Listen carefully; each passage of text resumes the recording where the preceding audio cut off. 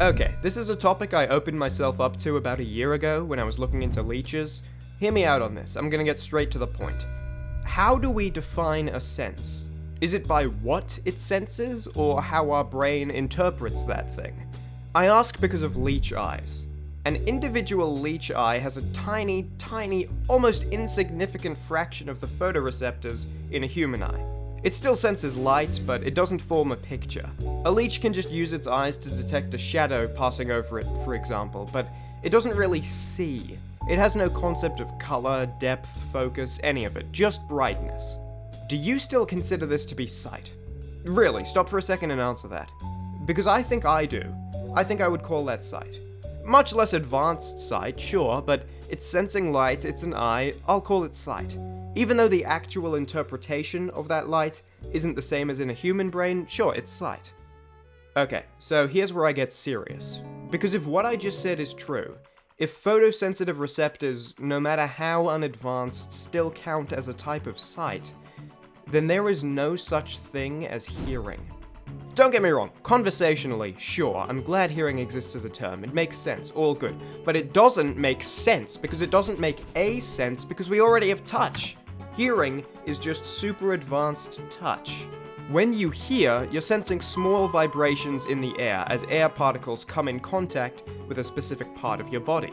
If you scream onto the back of your hand, you can feel it, because it's just vibrations. If you play music too loud or with too much bass, your bones shake. A building might sway. Hearing might be more sensitive than the rest of your touch receptors, but it's still kinda doing the same job, then having your brain interpret those vibrations in a very different way. But it's sensing the same thing. If there was a big monster, right, big monster, and it was deaf, you still wouldn't want to pop a balloon while you were behind it. If you were hiding from a big deaf monster, you still wouldn't want to yell, because it might sense your yell even though it can't hear it. Oh dude, keep it down, if you're too loud it'll feel you. You mean hear me? No, actually, that's not what I mean. That's not what I meant. Standard touch can't sense the frequency. It can't sense the exact nature of the sounds, it can't make out words. But it can still sense the force of the vibrations, the volume. A leech eye can't sense the frequency of light through color. It can't sense the shapes, it can't read text on a page. But it can still sense the quantity of light, the brightness.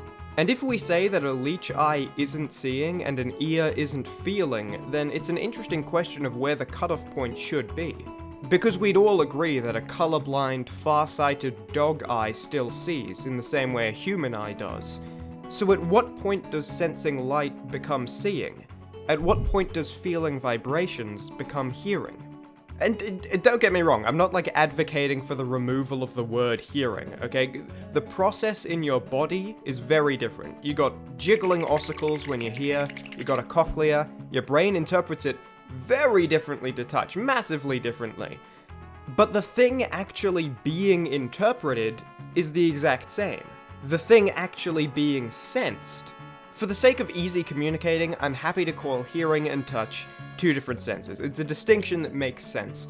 But it's interesting to think that an ear to a fingertip is pretty much the same as an eye to a photosensitive cluster. And I don't know, maybe if you had like a really sensitive fingertip, you could be halfway to hearing with it. If you could distinct the frequency of the vibrations and such, you'd be like a distant cousin to Emily Eyefinger. And who knows, maybe one day certain types of deafness will be cured by heightening the vibration sensitivity of a different part of the body and then running that signal through the cochlea. It'd be without the cone-shaped sound-catching ear and without the sound-amplifying ossicles, but it's an idea. I just think that's kinda cool. And I mean, are taste and smell the same sense too? Because they're both chemosensory systems. They tell you about the compounds they interact with. Do we only have 3 senses?